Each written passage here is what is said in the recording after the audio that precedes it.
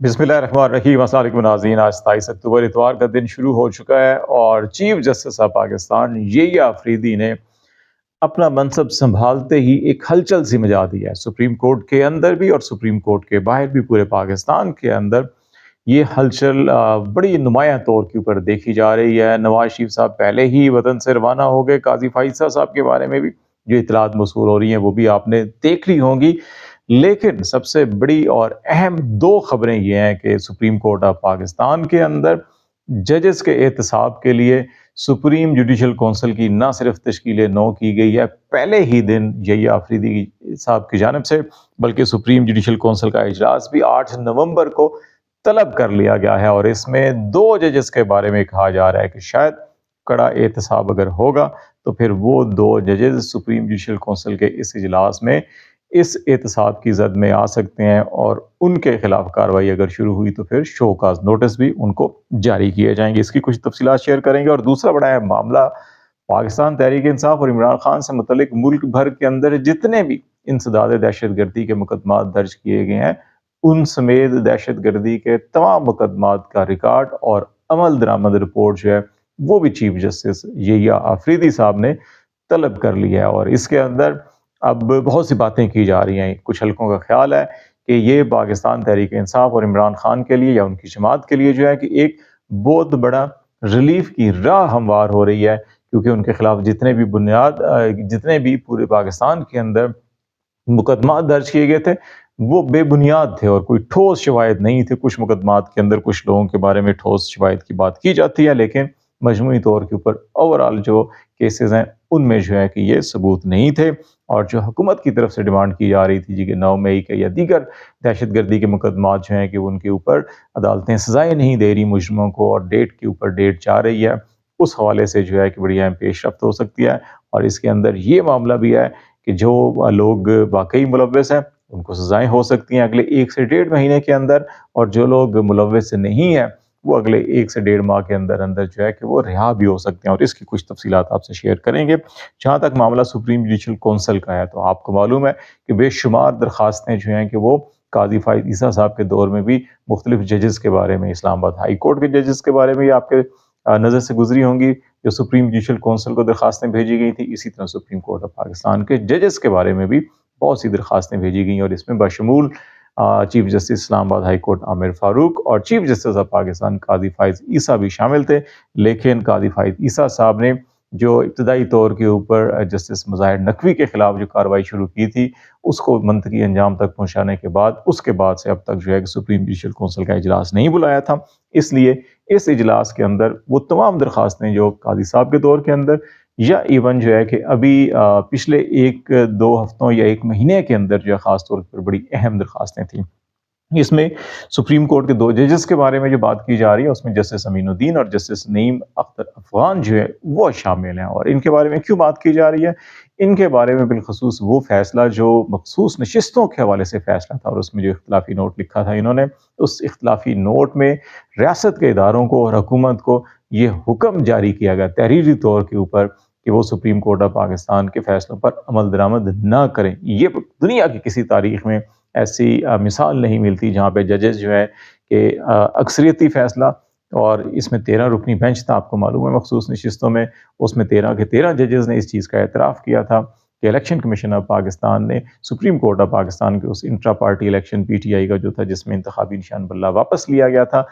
اس فیصلے کی تشریح جو ہے الیکشن کمیشن آف پاکستان نے غلط کی، اور اس کے نتیجے میں پاکستان تحریک انصاف الیکشن پروسیس سے اس کو آؤٹ کیا گیا۔ اور اسی فیصلے میں پھر 8-9 ججز نے کہا کہ یہ جو مخصوص نشستیں اس الیکشن کے بعد جو بنتی ہیں وہ پاکستان تحریک انصاف کی بنتی ہیں، کیونکہ الیکشن کمیشن نے ڈیو پروسیس اور جو فیئر اینڈ فری الیکشن ہے وہ نہیں کروایا، اپنی ذمہ داری پوری نہیں کی، تو اس لیے یہ جو مخصوص نشستیں جن کے اوپر تنازع تھا یہ PTI کی بنتی ہیں۔ تاہم ان میں سے 8 ججز کا یہ کہنا تھا کہ یہ جو بھی سرکمسٹانسز ہیں یہ ابھی ہی PTI کو دے دی جائیں۔ ایک جج جو یحییٰ آفریدی صاحب تھے جو ابھی اس وقت چیف جسٹس آف پاکستان ہے، ان کا نقطہ نظر یہ تھا کہ یہ نشستیں PTI کی ہی بنتی ہیں، لیکن اس کے لیے باضابطہ طور کے اوپر PTI کو فریق بن کر اپلیکیشن دینی چاہیے جو ابھی تک نہیں دی، اس لیے انہوں نے کہا تھا کہ ابھی ان کو نہیں دی جا سکتی جب تک یہ باقاعدہ فریق نہیں بن جاتے۔ تو اس اعتبار سے اس فیصلے کے ہوتے ہوئے 2 جج صاحبان جن کا ہم نے ابھی تذکرہ کیا، انہوں نے اس کے باوجود جو اختلافی نوٹ جاری کیا اس میں لکھا کہ حکومت اور جو ریاستی ادارے الیکشن کمیشن آف پاکستان جو ہے کہ اس فیصلے پر عمل نہ کرے۔ تو اب یہ وہ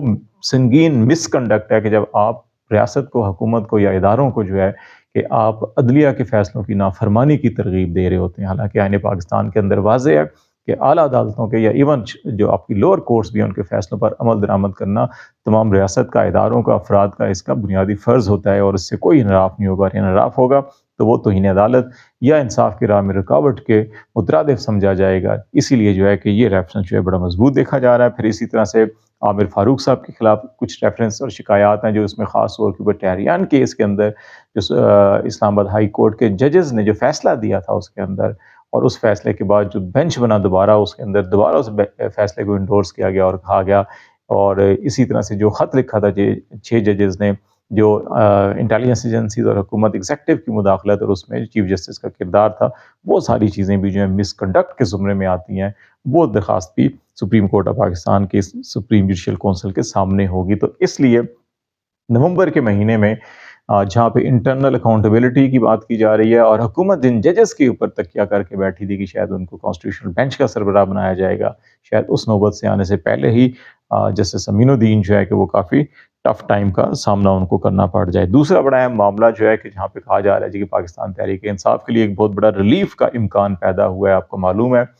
یہ 9 مئی کے کیسز خاص طور پر پچھلے تقریباً 12 سے 17 مہینے ہو چکے ہیں، اور لوگ جو ہیں کہ اس وقت درجنوں خواتین، پارلیمنٹیرین، سیاستدان، ورکر جو ہیں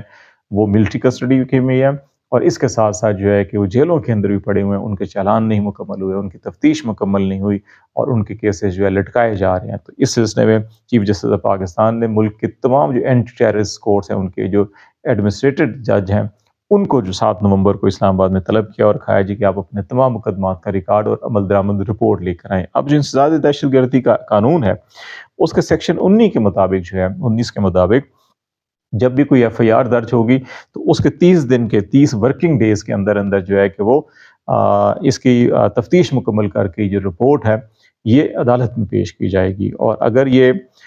پیش نہیں کی جا سکتی، اس 30 دن کے اندر تفتیش مکمل نہیں ہوتی، تو پھر مزید 3 ورکنگ ڈے یعنی کہ 33 دن کے اندر جو ہے کہ وہ آپ کو ایک انٹرم رپورٹ جو ہے کہ عدالت کے سامنے ضرور پیش کرنی ہوگی، اور وہ انٹرم رپورٹ یا جو تفتیشی رپورٹ پیش ہوگی تو اس کی بنیاد کے اوپر